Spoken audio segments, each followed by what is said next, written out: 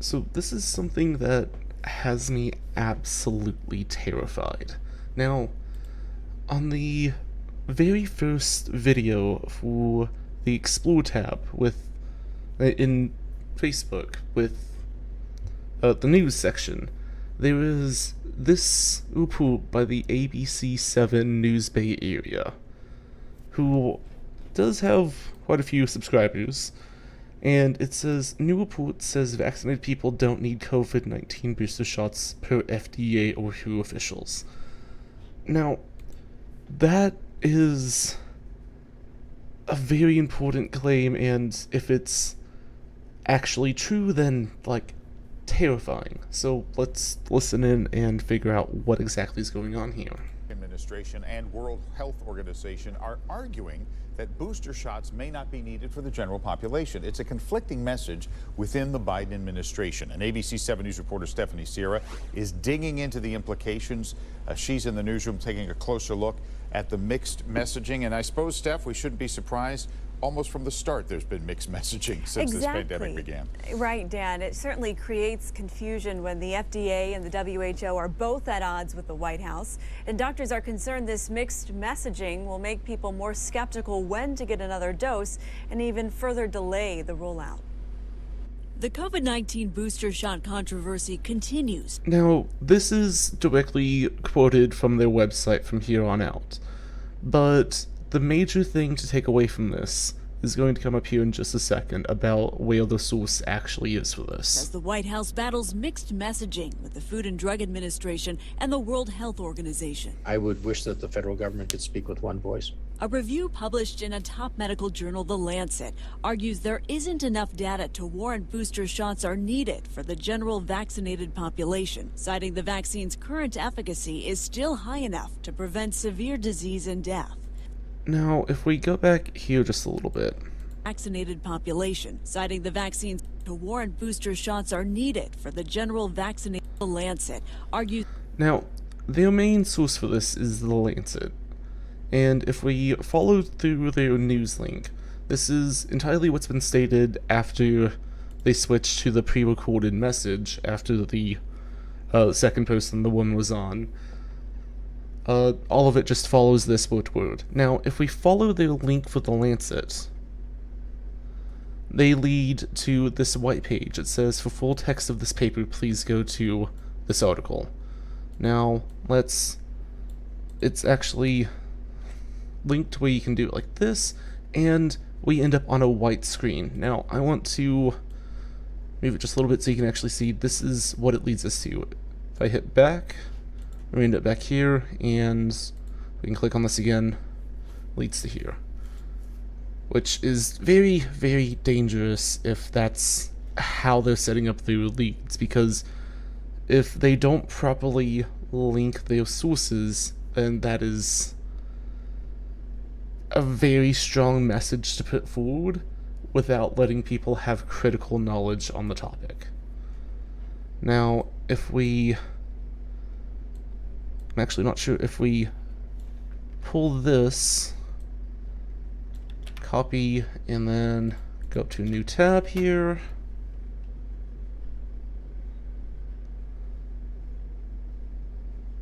We can pull up this. Now, The Lancet, with just the little bit of investigation I've had, has had some recent controversial pulled reports about what's going on. But I actually haven't successfully gone to this so far, so let's download the PDF and read this together. Considerations in boosting COVID-19 vaccine immune responses. Then it lists the authors. A new wave of COVID-19 cases caused by a highly transmissible Delta variant is exacerbating the worldwide public health crisis and has led to the consideration of a potential need for and optimal timing of booster doses for vaccinated populations. There's a little footnote here, let's follow that. Where is the footnotes?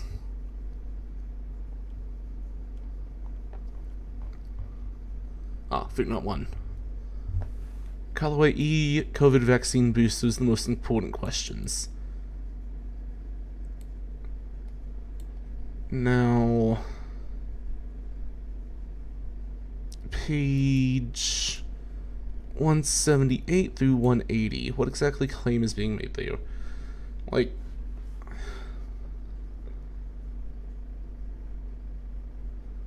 so the claim that's being posted by this is that it really seems like it's just the question of when boosters need to be put forward for vaccinated populations. That's kind of basic, and I'm not sure why that's sourced, but it is good that they are sourcing minor things like that. We're not going to check out that source just because of, well, the basic nature of it, so we're going to continue on. Although the idea of further reducing the number of COVID-19 cases by enhancing immunity in vaccinated people is appealing, any decision to do so should be evidence-based and consider the benefits and risks for individuals and society.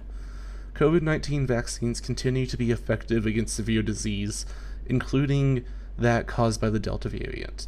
Most of the observational studies on which this conclusion is based on are, however, preliminary and difficult to interpret precisely due to potential confounding and selective reporting.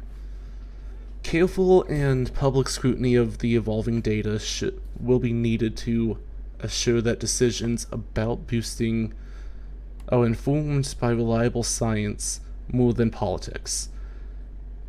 If boosting... Okay. So largely a lot of this seems like it's going to be introductory. I'm still going to read through everything just to make sure that, like, we have the full picture of what's going on, but if I can figure it out, down on the time scroller there will be a sectioned out thing. Just check and see what the name of this is. If it's just like the introduction or something, feel free to skip ahead.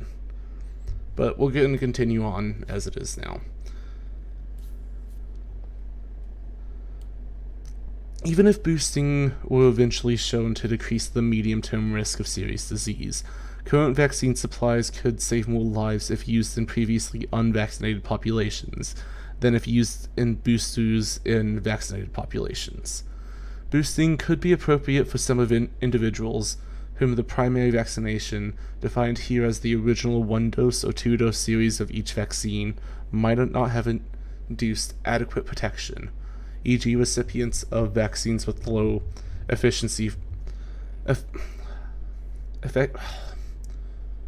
low effectiveness. I hate that word. Sorry. Or those who are immunocompromised. Now, let's see what they're sourcing here. That's their 2. Kamar and Umbravel, Marion Ocont. Okay, that's just the names of the people. 3 doses of mRNA COVID-19 vaccine in solid organ transplant recipients. Let's see if we can get lucky and copy and paste this, because sometimes you can.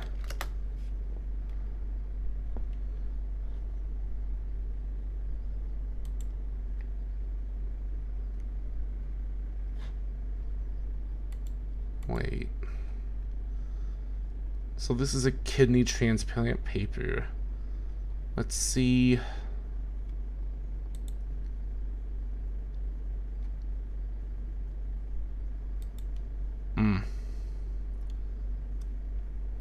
Well, I will provide the link for this website in the description, but because of the current paywall and the fact that their Get Free Access Now button is doing nothing, we're going to continue on, but I will make sure to put this in the description. Let's go back to the article.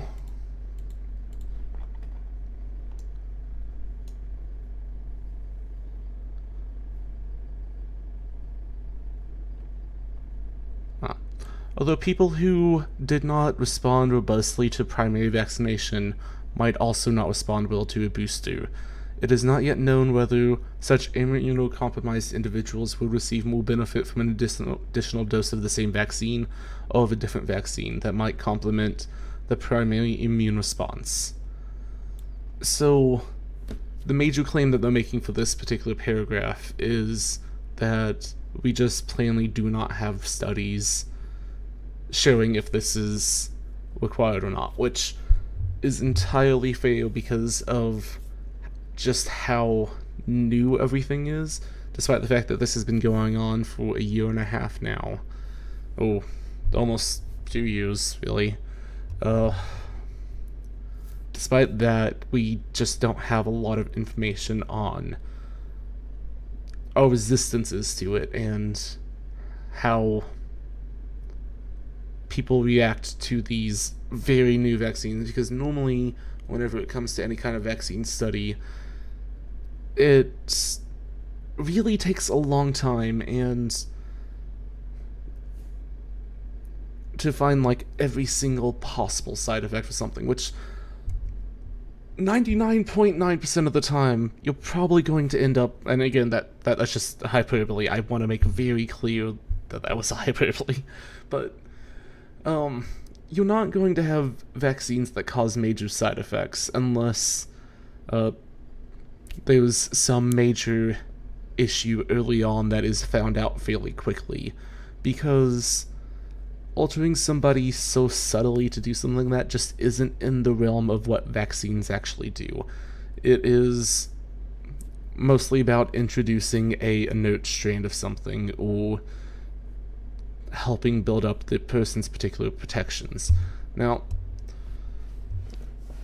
I will admit that while I have done some research on the current vaccines that are out there, I am by no means the foremost expert, so I just want to leave off this paragraph saying that we just plainly do not have a lot of information about how things can go, but that doesn't mean that it's dangerous.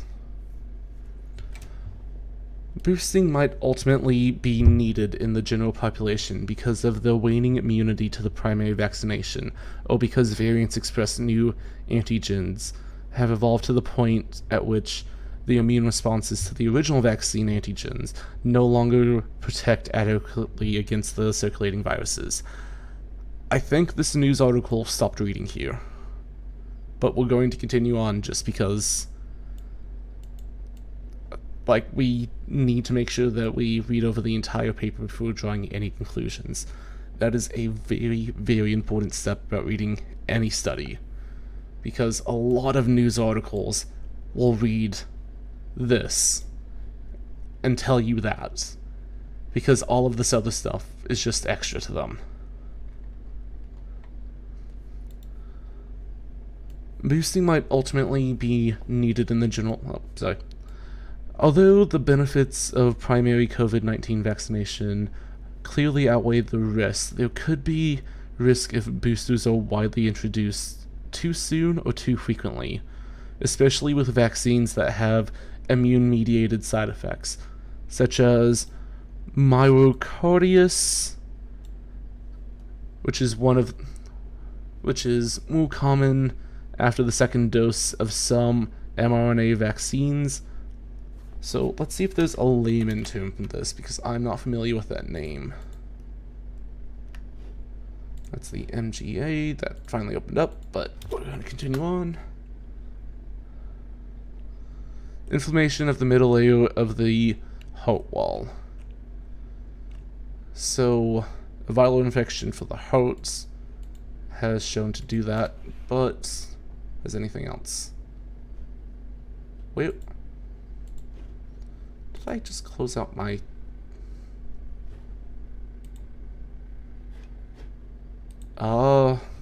my article just closed. I might have accidentally done so. Oh, no, here it is. So let's check out the third link here. Use of mRNA COVID-19 vaccine after reports of myocarditis amongst vaccine recipients. Update Advisory Committee immunization practices. So let's grab that. Let's grab that. And this is a CDC published one. And I will make sure to have all of these links down in the description because we're not going to have time to go over absolutely everything. I want to do something within the next 2 hours, so we're going to kind of lightly gloss over this one and go with the summary, which I love the CDC so much just for this kind of stuff. What is already known about this topic? An elevated risk of myocarditis among mRNA COVID-19 vaccines have been observed, particularly in males aged 12 through 29 years. Maybe we should dive into this one a bit more. What is added by this report? On June 23, 2021, Advisory Committee on Immune Practices concluded that the benefits of COVID-19 vaccination to individual persons at a population level clearly outweighed the risk of myocarditis after vaccination. Okay. So let's find out what exactly the advisory committee's responses to this. In December 20...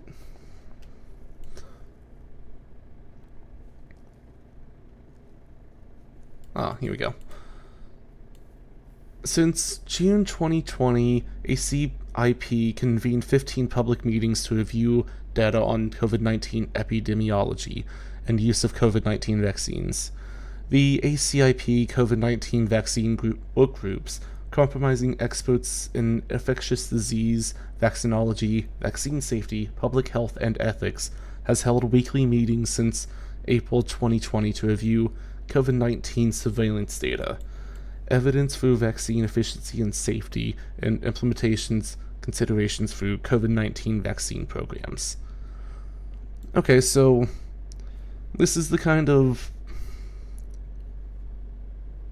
What is the ACIP? Let's...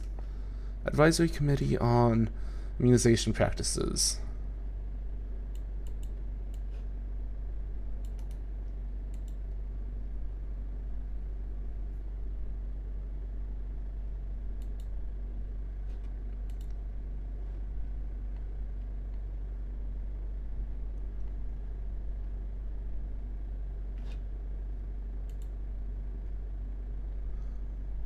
Comprises medical and public health experts who develop recommendations on the use of vaccines. Okay, so this is a government program, not some meeting of random people. Okay. It is on the CDC website, but there were people in groups that have very misleading names for what exactly they do.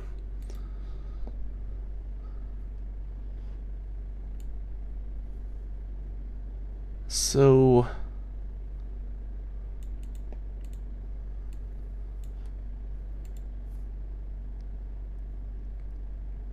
let's skip down to here. If we end up missing some context, then we'll go back up, but this seems to be the important bit, maybe. Myocarditis typically occurs more commonly in males than females, and in incidence is highest among infants, adolescents, and young adults. The clinical presentation severity of myocarditis may vary among patients. Symptoms typically include chest pain. Goes to the symptoms.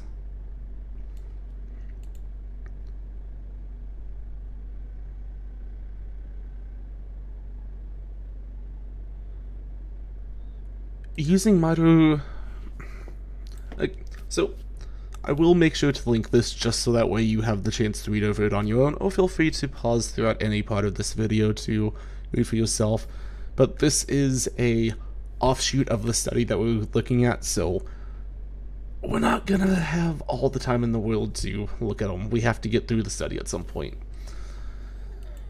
using myocarditis cases reported to the VA, let's just call it virus, with onset within 7 days after dose 2 of mRNA vaccine, crude reporting rates using confirmed and unconfirmed cases, very important there, per million second dose recipients were calculated using national COVID-19 vaccine administration data as of June 11th, 2021.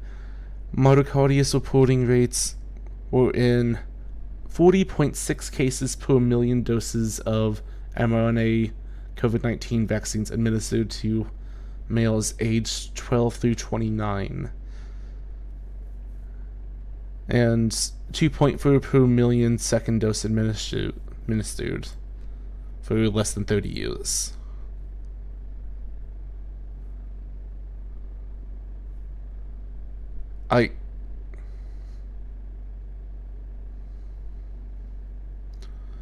Okay. So, well, this is a very minute number of cases that we're talking, with 40.6 per million and 2.4 per million for the second dose people. That is a major number difference there.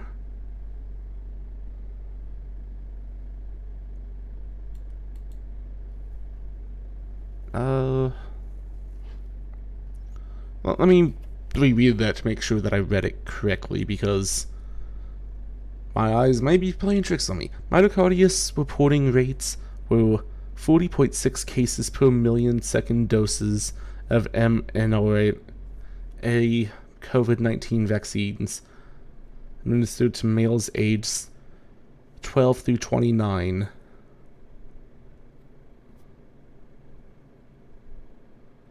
That is a very weird sentence, because both of them are for second dose cases, but while this one is 12 through 29, this one is equal to and greater than. Man, okay. Greater than and equal to 30 years. So that is a major difference between how much is going on there. Reporting rates amongst females in these age groups were 4.2 and 1 per million doses, respectively. So it is a higher rate at the younger you are, which I'm not sure what the normal rate is, but it did seem like it was higher for the younger people anyways. Highest reported ratings amongst males aged 12 through 17 years, and those aged 18 through 24 years. 62.8 and 50.5 reported per million. Okay, so what is the baseline number that they're going for here? Like, what is the normal amount for myocarditis?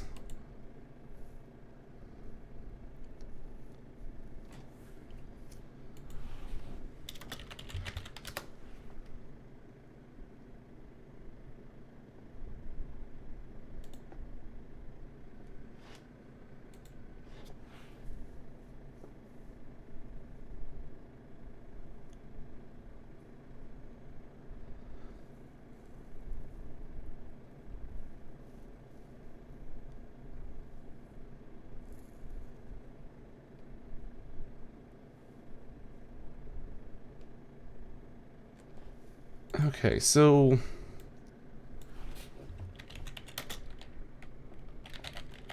let's go USA 2019 and use that as a jumping off point. If we can find one. It's just the same. So this is the kind of study that you kind of have to get into the meat and potatoes of. This overall one Seems like it's citing many different sources, which is helpful whenever you're trying to find major links like this, but simply put, this is a little sketchy to me, but, like, you still kind of, like, it does seem like something that's plausible. It's just knowing how many cases per million there are on average would be extremely helpful here. Let's just skim through real quickly to see if there's anything else here that might help out with figuring that out.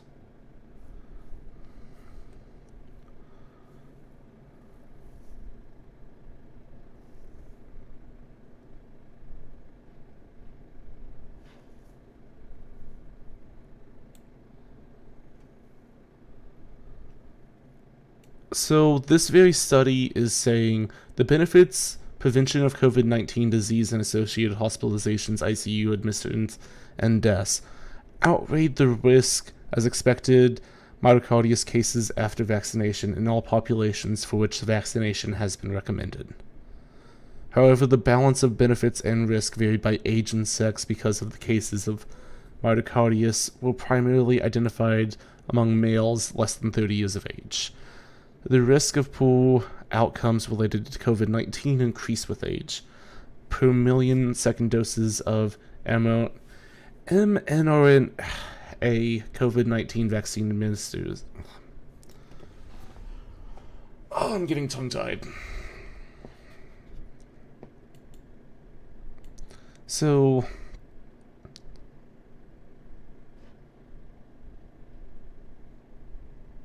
per million second doses of mRNA COVID-19 vaccine administered to males aged 12 through 29, 11,000 cases, 560 hospitalizations, 138 ICU administrations, and 6 deaths to COVID-19 could be prevented compared to 39 through 47 expected after COVID-19 vaccination.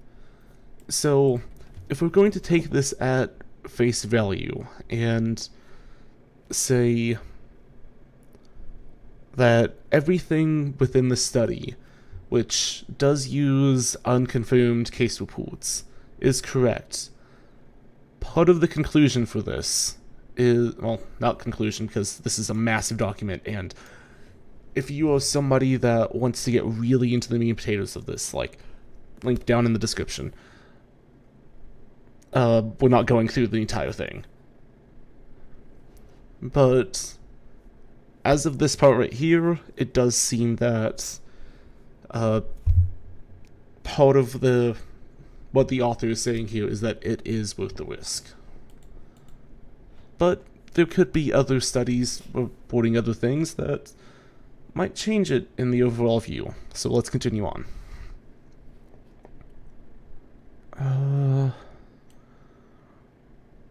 Guillain-Barre syndrome, which has been associated with androvectored COVID-19 vaccines.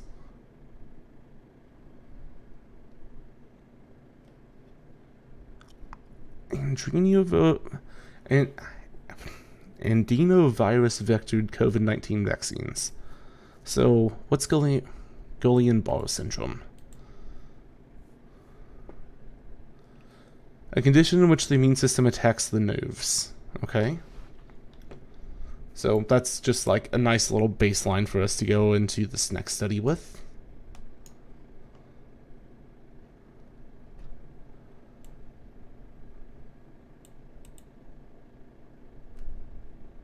Oh, they have a link. Nope, I don't want to close out that one. Okay. Statement of WHO Global Advisory Committee on Vaccine Safety, COVID-19 Subcommittee on Reports of Guillain-Barre Syndrome following adenovirus vector COVID-19 vaccines. On 13 and 20th July 21st, the COVID-19 Subcommittee of the WHO Global Advisory Committee on Vaccine Safety met virtually to discuss real reports of Guillain-Barre syndrome following vaccination with the Janssen and AstraZeneca vaccines. So these ones, those vaccines, I don't believe that those are the ones that we use in the USA, and if you are watching this from the outside of the USA, and these are one of the ones that you have, read this, but we're going to Google and make sure that these aren't just different names for...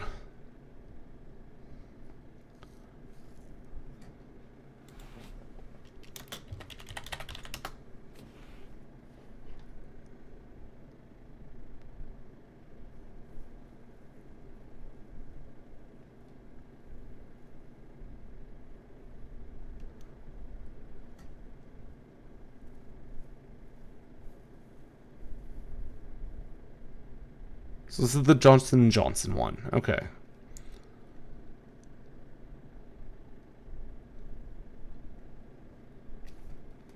Just making that clear, because Janssen is not a name that I've seen used to describe this before.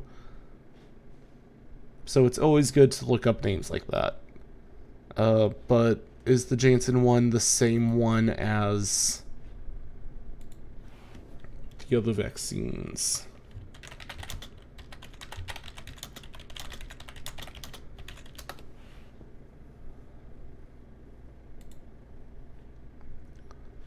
Okay, so Janssen is one of the ones used. Got it. That is on the cdc.gov. So, very much does apply to us. Both vaccines use an adenovirus platform as their backbone. GBS is a rare immune disorder that results in muscle weakness, pain, or numbness, in more severe cases, paralysis. GBS could result from many different causes, including infections, and occurs more frequently in males and persons over 50 years old. Cases may occur coincidentally following vaccination. For example, rare cases of GBS have been observed following seasonal influenza vaccines to protect against shingles. It is not known if vaccines cause GBS. A systematic review and meta-analysis in 2011 estimated the background incidence for GBS is 0.8 to 1.9 per 10,000 in Europe and North America.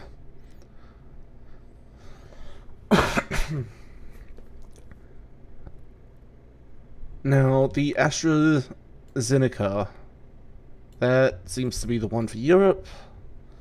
European Medicine Agency, MEA,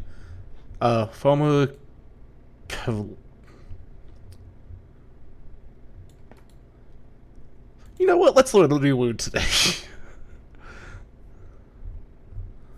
Drug safety. Got it. The science of activities relating to the detection, assessment, and understanding and prevention of adverse effects or other medical vaccine-related problems. So, pharmacovigilance. Gotcha. That's really what we're trying to do at the moment. So, the Risk Assessment Committee for European Medicines Agency issued a statement on July 9th recommending the addition of a warning. Okay, so that's just a recommendation of warning for that. Total of 227 cases of GBS have been reported from EU, but I want to very clearly put something right now. Whenever somebody puts out a warning for something, like, and you're going through a document about any kind of medical anything, or anything really, always look into why warnings are being put out, because committees can be wrong, they can be poorly sourced, but it's really, really vital to keep reading if this video is stating anything at all, is to make sure that you read the entire thing, because statements like this in a 3-minute video is not enough. Anyways, we can close this. A total of 227 cases of GBS have been reported from the EU to the European Medical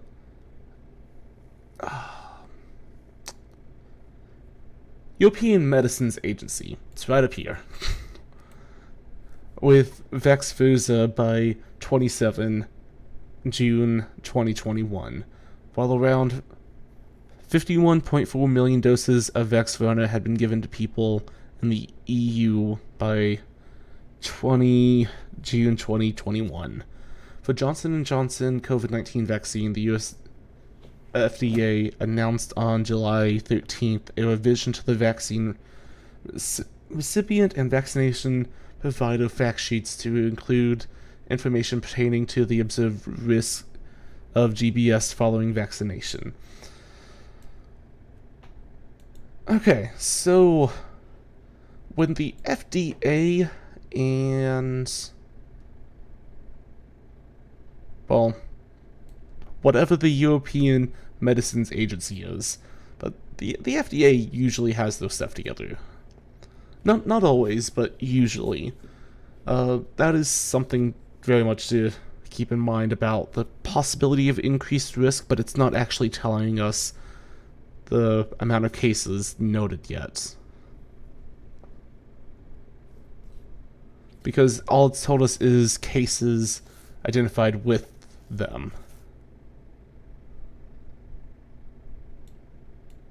Like, along the same timeline. It doesn't say that this is the cause of it. If we find another number like this up here, that shows it in comparison, that would be very helpful. Which I don't believe is on here, but ooh.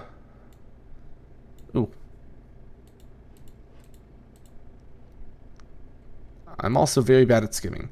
The U.S. Advisory Committee on Immunization Practices, ACIP, reviewed the information on its meeting on July 22nd, noted that as of June 30th, 100 cases of GBS have been reported in the Vaccine Adverse Events Reporting System. The U.S. nationwide passive surveillance system with approximately 12.2 million doses of Janssen vaccine. Similarly,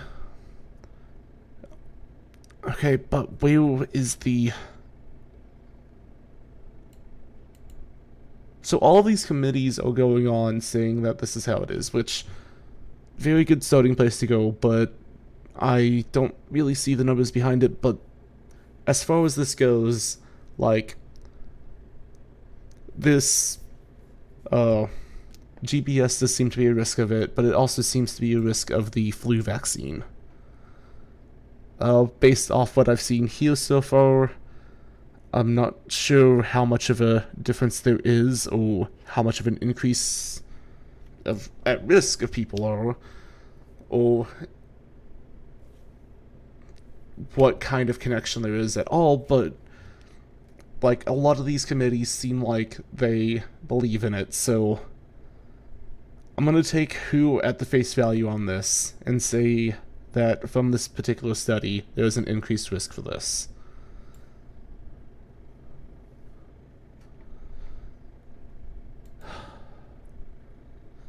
Based on... Actually, this was the important part. Oh my gosh. I need to stop drawing conclusions before I skim everything else. And this is why there's going to be a cut and uncut version. Based on a careful scientific review of the available information, GACVS subcommittee came to the following conclusions and recommendations. Rare cases of GBS have reported following vaccinations with the adenovirus vector COVID-19 vaccines. Okay. Increased reports of GBS has not been observed following mRNA COVID-19 vaccines.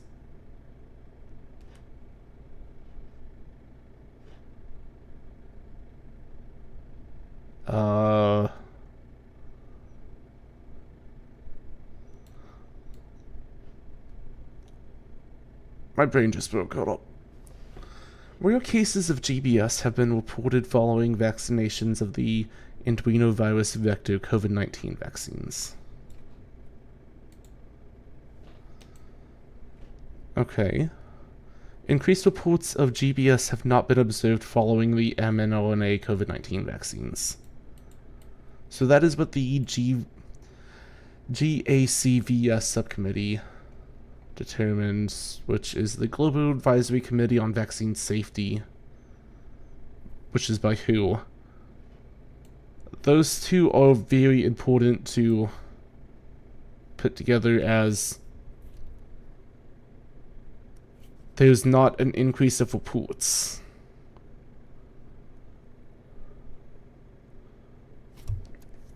But these other committees are going on like there is.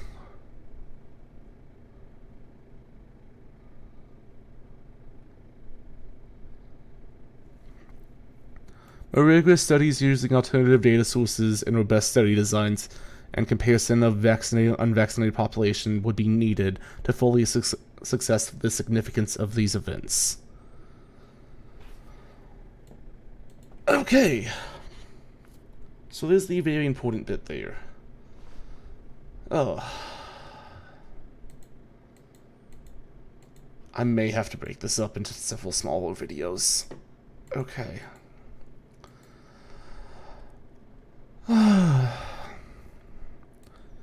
If unnecessary boosting causes significant adverse reactions, there could be implications for vaccine acceptance that go beyond COVID-19 vaccines. Thus, widespread boosting should be undertaken if only there is clear evidence that it is appropriate.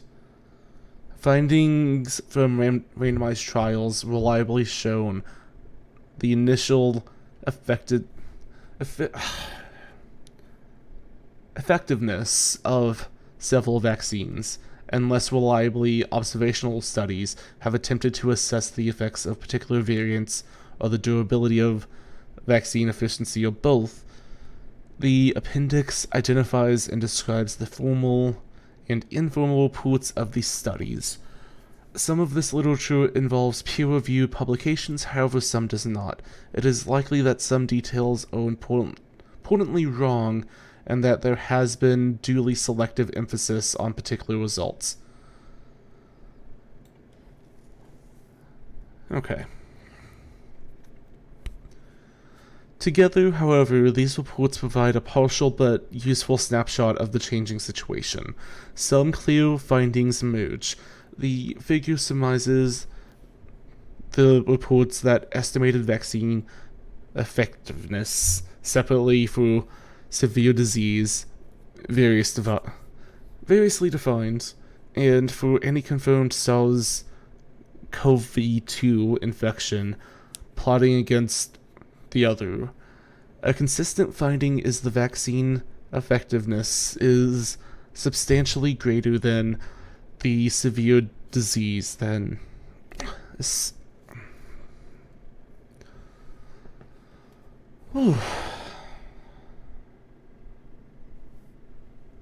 Sometimes when reading these, it is important that if you get tongue-tied, to take a moment, breathe, and read it again.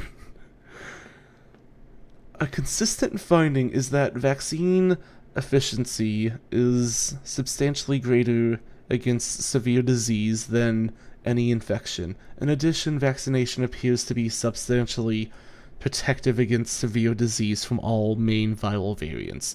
Although the efficiency of most vaccines against symptomatic disease is somewhat less than the Delta variant than for the Alpha variant, there is still a high vaccine efficiency for both symptomatic and severe cases due to the Delta variant.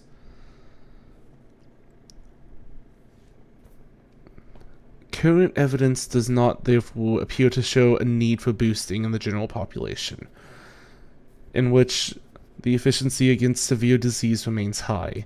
Even humoral immunity appears to wane. Reductions in neutralizing antibody titerate do not necessarily predict reductions in vaccine efficiency over time, and reductions in vaccine efficiency against mild disease do not necessarily predict reductions in the typically higher effectiveness against severe disease. This effect could be because protection against severe disease is not mediated not only by antibody responses, which might be relatively short-lived for some vaccines, but also memory responses and cell-mediated immunity, which are generally longer-lived. There is also a link for that one, but I feel that at this point of the video, at this point of the research, I kind of get what they're going for here, but if you're interested in further reading the study, I'm going to leave it for you to read because I think I'm going to have to read over this a few times. Because, man, my eyes go cross after some of these words. But it is very important to make sure that we go over all of this and that we listen in on everything, rather than listening to a 3-minute video where they start off like this. Since this pandemic began. Right, Dan. It certainly creates confusion when the FDA and the WHO are both at odds with the White House, and doctors are concerned this mixed messaging will... The White House does not have a place in this conversation. This conversation is about scientists that are trying to figure out what exactly is going on. I don't care if the White House has mixed messages when it comes to barely newly released studies. So this study was publication date September 13th, 2021. As of recording, this has been 2 days after this journal has been put out. We do not need this kind of response. We do not need a, but what about the White House? Read the study and report on it after the fact.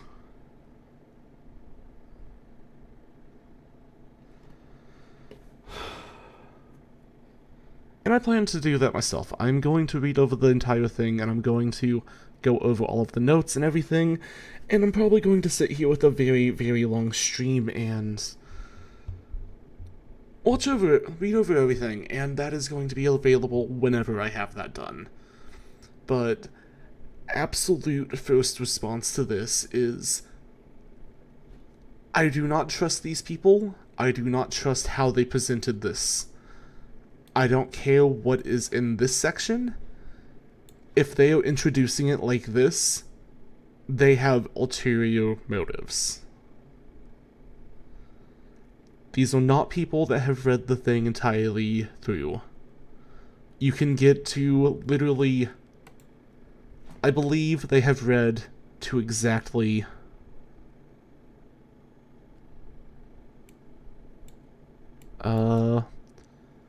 this paragraph. As I read through just this first page, which, keep in mind, I have not read through the rest of the study or rest of the sources. I'm a very long way from reading that far through. But they've read to roughly here. And that is dangerous. Please, please, do not listen to those people. I'm not saying to listen to me. Like, a lot of what's in here is somebody that has just a little above average medical knowledge trying to figure out what is going on in this. And all I know that's going on is this woman, these two faces, this channel, don't know what's going on and do not know how to properly source things.